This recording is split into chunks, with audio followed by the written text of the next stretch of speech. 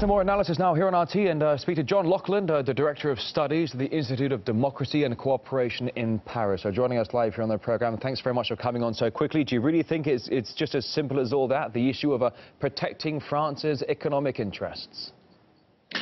There's a part of it that explains part of it, doesn't it? I mean, it's no secret that, as you've said in your report, that Niger is a big exporter of uranium.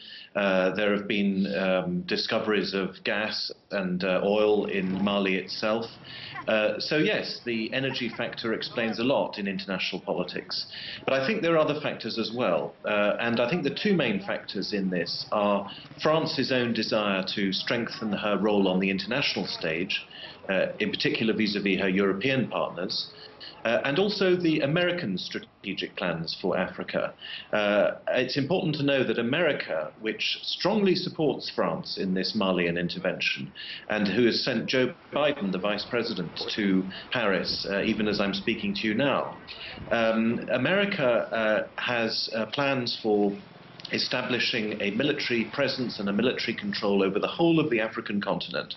The structure in question is known as AFRICOM, and one has to, I think, speculate that America might be interested, together with Britain and France, in establishing some kind of permanent military presence in a continent where, as I'm sure many of your viewers know, China has been establishing an economic presence now very successfully for a large number of years. So, John, you're talking about a lot of geostrategic positioning here. Many have also talked about how ultimately Africa, the continent, is an untapped source of what some call the world's biggest amount of natural and mineral wealth there. We know that France is leading the campaign into Mali. America is offering logistic support. Prime Minister Cameron has now sent over 300 of troops to be boots on the ground as well. It does appear that it's turned from a unilateral intervention to now a multilateral, multinational force led by the French. Are we talking about securing vast mineral wealth here, or what else could we read into it? How else? Well, we are indeed observing, as you say in your question, a pattern that was established really during the Libya campaign in 2011, when, as your viewers will remember, France took the lead, Britain joined in very quickly, and America came in, as it were, on their coattails. Some people speculated and have used the phrase that this was America leading from behind, that America had decided to put forward its European allies to do, as it were, its dirty work. Is it just a grab for resources? Yes, it's obvious that the securing of energy resources is one of the key factors behind many, if not most, geopolitical developments today. And this fact, frankly, is admitted, for instance, by NATO, which declares the securing of energy resources to be one of its legitimate policy goals in its own official documents. But as I say, I think we have to also look at this as an intervention which is being undertaken for internal French and internal European policy reasons.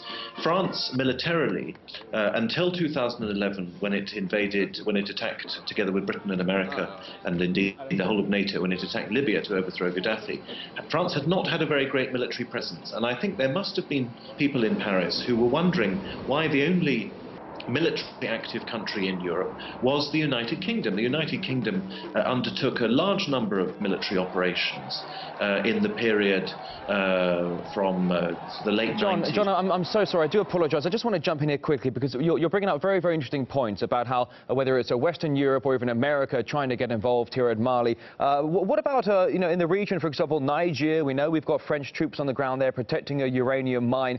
Niger's president, or excuse me, some would say Niger's president, says that he could be looking to renegotiate local mining deals with other global partners, possibly that of China. Now, if indeed you're right, and America and European powers are trying to get a solid ground, their boots on the grounds there in Niger and Mali, what does China think about all this?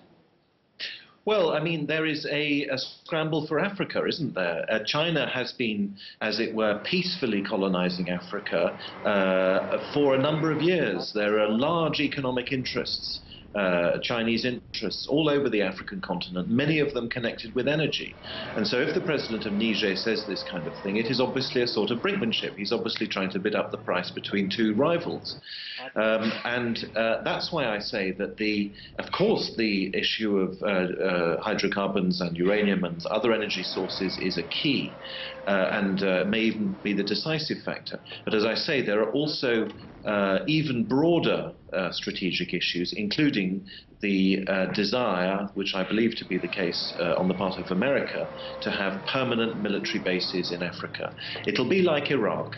You know, there's a terrorist threat or an alleged terrorist threat, a military operation, and that leads to permanent bases. And this has been the pattern of interventions, of American interventions and Western interventions generally, now for decades. Well, certainly not just in Afghanistan and Iraq, but in many, many countries around the world as well. Let's bring on the issue here. As we know that France is ultimately leading the campaign in Mali and Niger, but as many know, France's economy continues to stumble. Do you really think Paris can afford such an aggressive state of foreign policy at this point? No, I mean, I don't think Paris can afford anything at the moment. The Labour minister famously said 10 days ago that the country was bankrupt. But I don't think that European politicians in that sense are rational. I think that's partly why I'm a little sceptical about these very rational explanations for these interventions, such as the desire to control resources.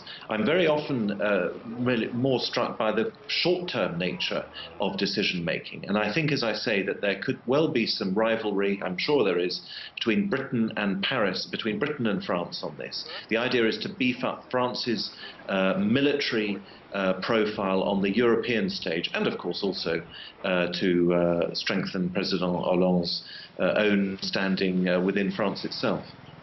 All right, John Laughland, the Director of Studies at the Institute of Democracy and Cooperation in Paris. It's getting interesting. I hope to see you in the future. Thanks for coming on. Thank you very much.